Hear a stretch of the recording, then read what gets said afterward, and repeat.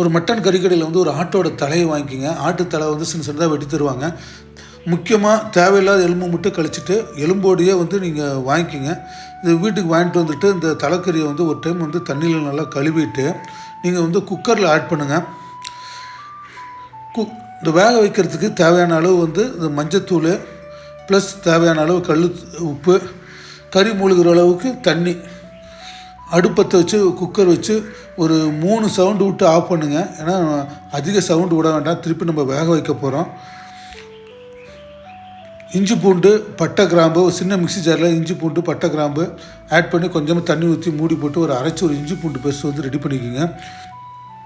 தாளிக்கிறதுக்கு கடுகு, சோம்பு, கருவேப்பிலை, சின்ன வெங்காயம் ஒரு தட்டு முழுவது, ஒரு 2 தக்காளி, காரத்துக்கு தகுந்த பச்சை மிளகா, மட்டன் மசாலா, கரம் மசாலா, அடுப்பத்தை வச்சு அகலமான பாத்திரத்தில் எண்ணெய், கடுகு, சோம்பு, கருவேப்பிலை போட்டு சின்ன வெங்காயம் போட்டு நல்லா வதக்குங்க.